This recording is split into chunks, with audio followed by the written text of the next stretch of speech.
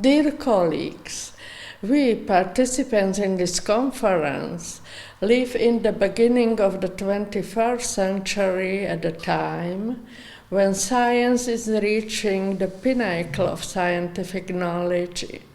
in a huge number of different individual fields with the help of scientific analysis. Much knowledge has already evolved by members of various world civilizations,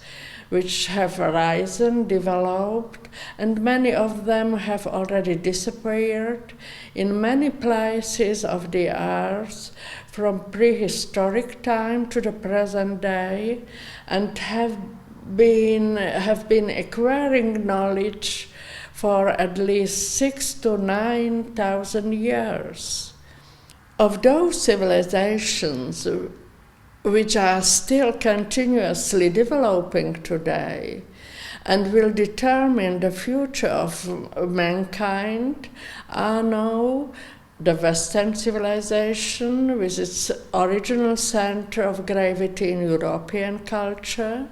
and the Far Eastern civilizations with its original center of gravity in Chinese culture. Their respective focuses have been culturally developing for over 5,000 years at opposite ends of the Eurasian continent,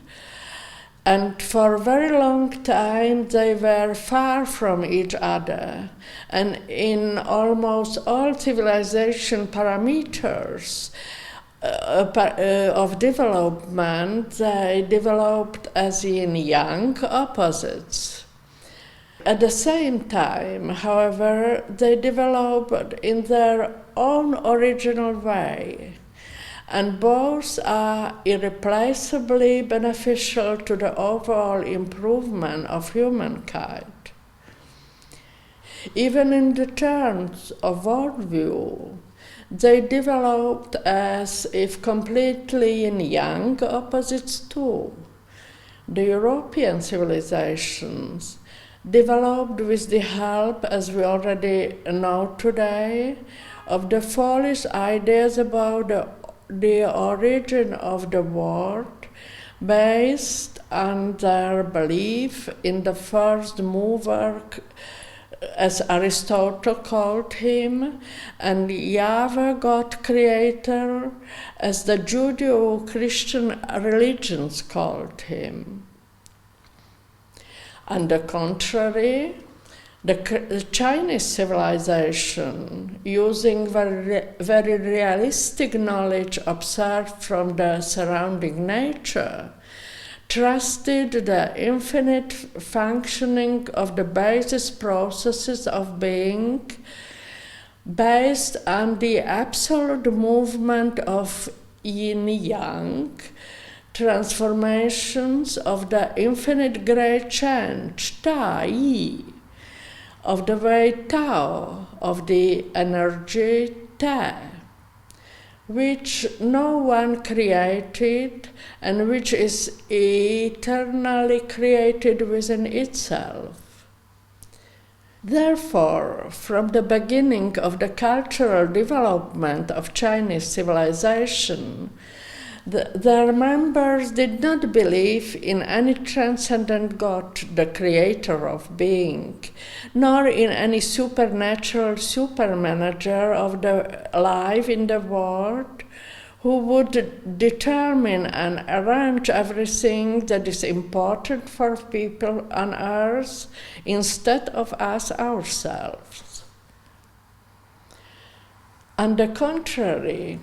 the Western, initially European civilizations, thanks to its cultural roots in the Greco-Roman culture of the ancient Greco city-states, with their military expansionist interests, and later also religiously anchored in the Hebrew, Christian, and in the Middle East, eventually Islamic faith, was formed by people subjectively inventing life thus in absolute alienation from nature and generating by it an unnatural subject-objective relationship towards it. In addition, later, with the help of the Christian religion, which became and still is its ideological worldview backbone, it adopted false ideas about Earth, that it is only a temporary place given to people by God to prepare here for their final life in heavenly paradise. And as such, they have not learned to appreciate this planet sufficiently. On the contrary, the Chinese civilization, which was in its living environment from the beginning merged with nature, and thus did not adopt any false ideas about life, developed much more rationally already in its prehistory and antiquity, realizing that people in their lives must cooperate with nature in the process of the way Tao, even help nature to regulate its processes so that this natural environment will be in the coexistence with them and does not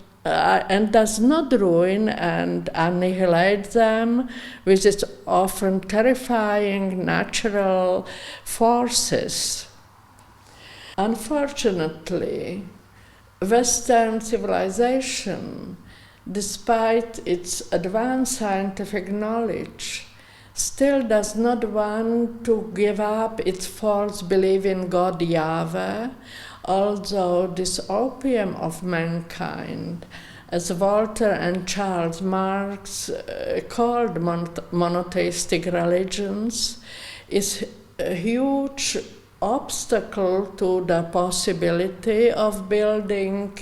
and cooperating with peaceful global community of humankind on Earth without leading among countries any religious or politically motivating wars of the violent ideological cursion. We live on the only currently living planet in our solar system, and if we destroyed the environment through wars and with the ruthlessness